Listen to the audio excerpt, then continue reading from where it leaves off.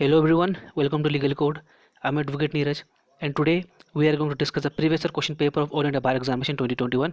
This is a practice set number 35.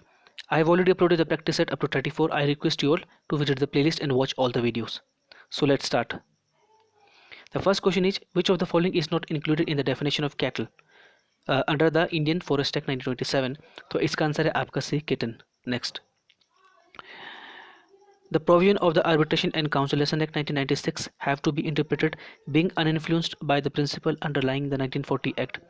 This observation was laid down in यानी कि arbitration and conciliation act 1996 को इस प्रकार से इंटरप्रेट किया जाना चाहिए जो कि 1940 के जो एक्ट जो है आर्बिट्रेशन काउंसिलेशन एक्ट का उसके प्रिंसिपल को इन्फ्लुएंस ना करे या प्रभावित ना करे. तो जो डिसीजन दिया गया था वो था आपका Sundaram finance limited versus NEPC limited. Next. Which of the following services cannot be provided to the company by an auditor appointed under the provision of Companies Act 2013? तो इसका आंसर है आपका डेट इज डी. इसमें से कोई भी नहीं होता. तो इसका सबसे पहले इसमें बताया गया आपका इंटरनल ऑडिट.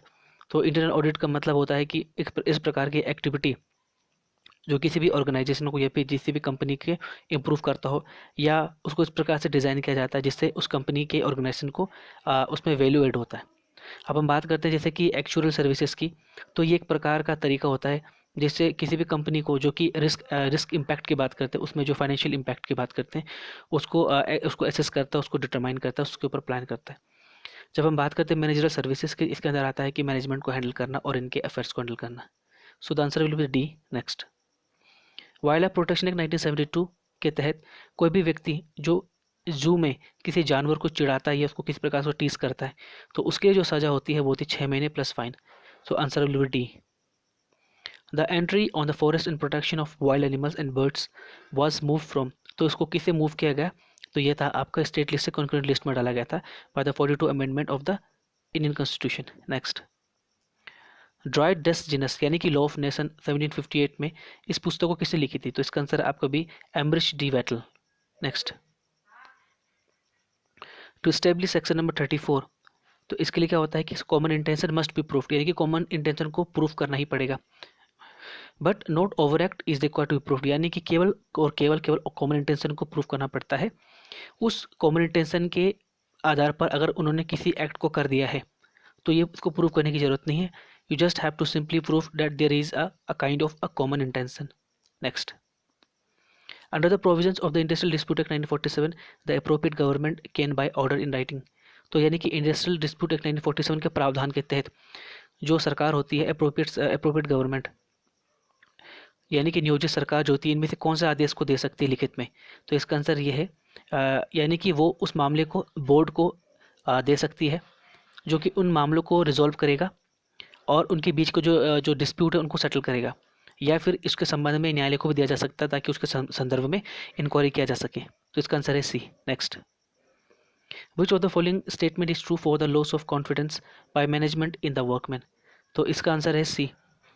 यानी कि इवन व्हेन डिसमिसल और discharge is held to be wrongful, the court may not yet order reinstallment if the employer is able to establish that the workman held a position of trust and there was a loss of confidence. यानी कि इनमें से कौन सा statement सही है कि अगर कोई भी कर्मचारी जो होता है वो किसी प्रकार के जो मैनेजमेंट में अगर कॉन्फिडेंस लूज़ करवाता है तो इसमें होता ये है कि अगर कोई भी कर्मचारी को कोई भी पद से उसको डिसमिस किया जाता है, उसको डिस्चार्ज किया जाता है उसके रॉन्गफुल एक्ट के लिए, तो कोर्ट के द्वारा रीइंस्टॉलमेंट नहीं दिया जा सकता. कब? जबकि एम्प्लॉयर यानी कि नियोक्ता के द्वारा ये स्टेब्लिश कर दिया जाता है कि जो वर्कमैन यानी जो कर्मकार था वो किसी ट्रस्ट यानी किसी विश्वास के पद पर आसीन था और उसके द्वारा उसके कॉन्फिडेंस को लूज़ किया गया यानी कि उसके विश्वास यानी एक किस्म से विश्वासघात टाइप का किया गया. और इसका है कि बी का ऑप्शन है, that is loss of confidence may also be a ground for discharge simpliciter of the workman. तो इसका आंसर आपका C. Next. Under the provision of the consumer protection 1986, limitation की जो पीरियड जो होती है for the filing of complaint before the national commission वो कितना है? वो है 2 साल. कब से? जबकि कॉज ऑफ एक्शन शुरू होता है. नेक्स्ट. ग्रीवेंस हर्ट जो कि मोटर व्हीकल एक्ट में दिया गया है 1988 में, वो उसका जो ग्रीवेंस हर्ट का डेफिनेशन वही है जो कि आईपीसी में दिया गया है. नेक्स्ट. रिट्रैक्टेड कन्फेशन क्या होती है? यानी कि मुकरीवी कन्फेशन यानी कि ऐसा बयान देना जो कि मुकरीवी होती है. इसका आंसर है cannot be solely made the basis of conviction यानी कि अगर कोई व्यक्ति जो कि गवाह के तौर पर बुलाया जाता है न्यायालय के समक्ष, और वो अपने जो गवाह को अपने गवाह से मुकर जाता है, अपनी गवाही से मुकर जाता है, तो केवल उसकी गवाही की मात्र पर ही किसी व्यक्ति को सिद्ध दोष नहीं किया जा सकता। इसके लिए आपको एक कोरोबोरेटेड एविडेंस की जरूरत पड़ती है, यानी कि संपोषक साक्ष्य की जरूरत पड़ती है। So the answer will be C. Next, a confession to be inadmissible under section 25 of the act. इसका आंसर है must related to the another crime, यानी कि किसी की दूसरे अन्य अपराध से संबंधित होने वाले जो मामले में सेक्शन नंबर 25 जो था उसके संदर्भ में कन्फेशन एडमिसिबल माना जाता है। Next, an unjustified or unexplained long delay on the part of the investigation officer in the recording the statement of a material witness would render the evidence of such witness, ये होता है आपका unreliable, यानी कि investigation officer के द्वारा जब कभी भी किसी भी स्टेटमेंट को, यानी कि जब किसी भी मेटल विटनेस यानी कि किसी विटनेस का अगर स्टेटमेंट को रिकॉर्ड करने के लिए लंबे समय के लिए समय लिया जाता है और इसके लिए कोई जस्टिफाइड उन्होंने कोई एक्सप्लेनेशन नहीं दिया है, तो इस प्रकार के साक्ष्य जो होता है वो भरोसेमंद वाले साक्ष्य नहीं होता। इसका आंसर है A. Recording of the pre summoning evidence may be dispensed with under section number 200 of the CrPC. इसका आंसर है B, if the complaint is made in writing by the public servant in the discharge of his official duties. Next, contract without consideration made in writing और registered and made on account of the natural line of action, यानी कि एक ऐसी संविदा जिसमें किसी प्रकार का कंसिडरेशन नहीं, यानी किसी प्रकार के पैसे नहीं दिए गए हैं और वो लिखित में है और इसको रजिस्टर किया गया है और ये किसी प्रेम एवं अफेक्शन के कारण दिया गया है, तो ये एक वैलिड कॉन्ट्रैक्ट माना जाएगा। Next, under the transfer property act 1882 की बात करते हैं, किसी भी पब्लिक ऑफिसर यानी कि लोक सेवक की जो सैलरी जो होती है उसको ट्रांसफर नहीं किया जा सकता। Next, where a debt is transferred for the purpose of securing an existing or future debt, the debt is so transferred if received by the transferee or recovered by the transferee is applicable first in the payment of cost of such recovery। इस प्रकार के प्रावधान को कहते हैं mortgage डेप्ट।